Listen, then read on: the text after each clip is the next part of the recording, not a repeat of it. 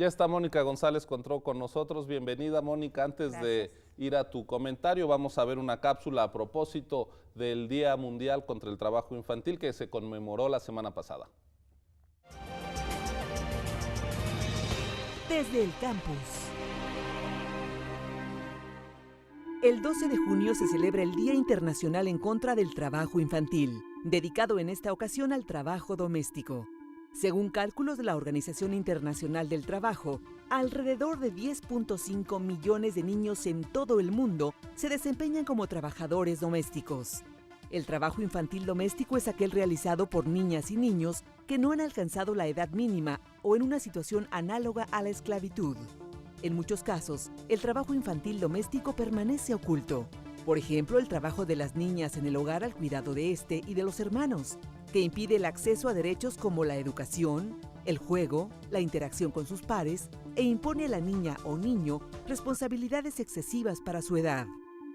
El artículo 123 de nuestra Constitución prohíbe la utilización del trabajo de las personas menores de 14 años y establece una jornada máxima de 6 horas para los mayores de esta edad y menores de 16. México aún no ha ratificado el convenio 138 de la OIT sobre la edad mínima de admisión al empleo, pues para dar cumplimiento a este convenio sería necesaria una reforma constitucional que eleve la edad para trabajar de 14 a 15 años y 18 para trabajos peligrosos. Es urgente la aprobación de esta reforma constitucional para dar cumplimiento a lo establecido en los diferentes instrumentos internacionales en materia de derechos humanos ratificados por México. Se calcula que en nuestro país más de 3 millones de infantes trabajan y una gran parte de ellos en condiciones que pueden poner en riesgo su desarrollo. La situación del trabajo infantil en México es el tema que abordaremos esta noche en Periodismo desde el Campus.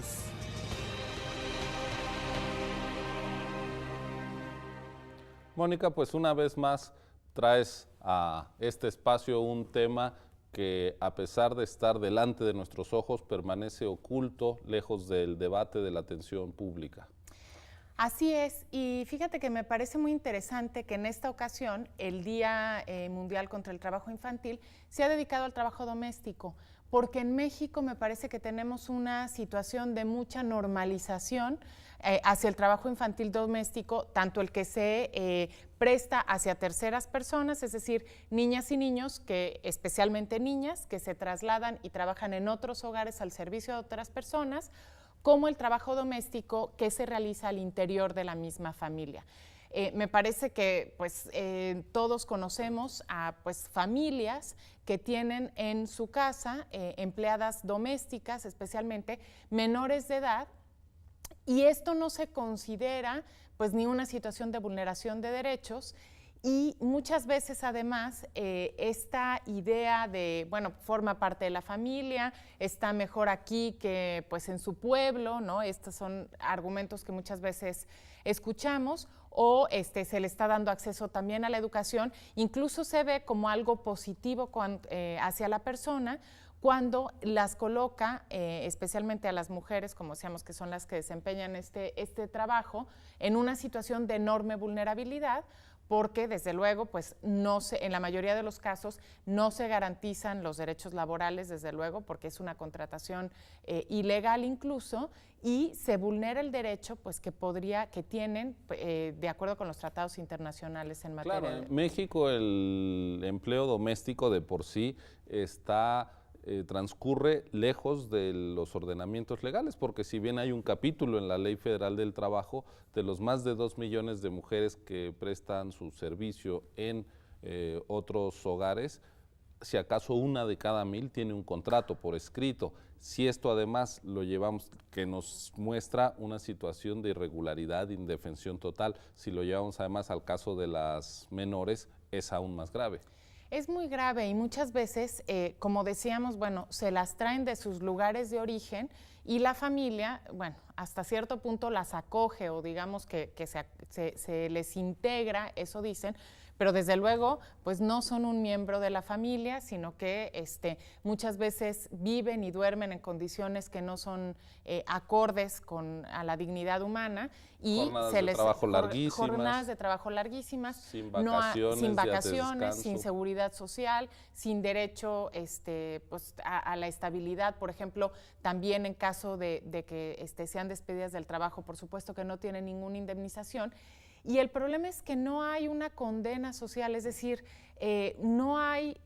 por lo general, pues una visión de que esto es ilegal, no solo porque se está, como tú dices, no hay condiciones que respeten los derechos laborales, sino porque se está contratando a una persona menor de edad. Y también hay que mencionar que esto muchas veces dentro del seno de la misma familia se dan condiciones incluso, además de explotación laboral, de abuso sexual, de abusos de todos tipos. Entonces, no solamente esto implica una reforma, como decía en la cápsula,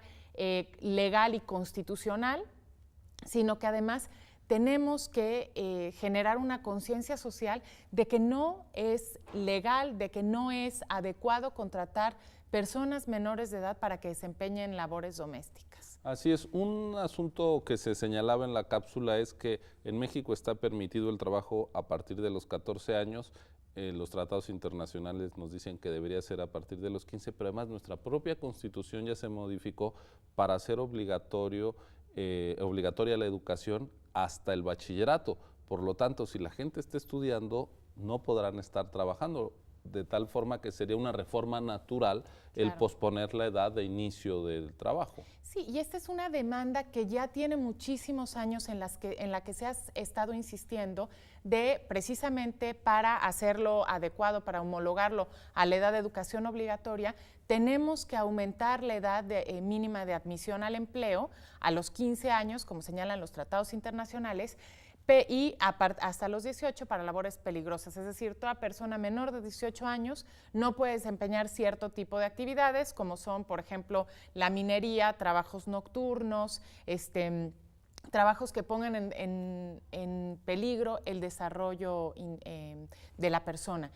Pero también hay que mencionar que es muy importante que esta reforma constitucional vaya acompañada de políticas que tiendan a mejorar las condiciones de la familia y a garantizar los derechos de los niños. Porque lo que ha ocurrido, y lo hemos mencionado en otras ocasiones también, es que al establecerse una prohibición constitucional y legal, y no erradicarse las condiciones que llevan a niños y niños a trabajar, lo que se hace es colocar en condiciones de mayor vulnerabilidad a niñas y niños porque no pueden ser contratados legalmente con todos los derechos que conllevaría una contratación legal. Mónica, pues te agradezco mucho, creo que este pertinente llamado de atención, dejemos de actuar con la buena conciencia de que se está haciendo un favor a las niñas, no, se está violando la ley. Ellas tienen que estar estudiando, tienen que estarse desarrollando y no al servicio de una familia. Gracias pues por poner este tema que creo puede ser incluso políticamente incorrecto, porque incluso desde el feminismo, permíteme decirlo así, ha sido un tema desdeñado frente a otros que han ocupado la agenda de la reivindicación de género, y te agradezco que lo hayas traído a este espacio. Al contrario, gracias a ti. Vamos a nuestra sección Contraste, continúe con nosotros.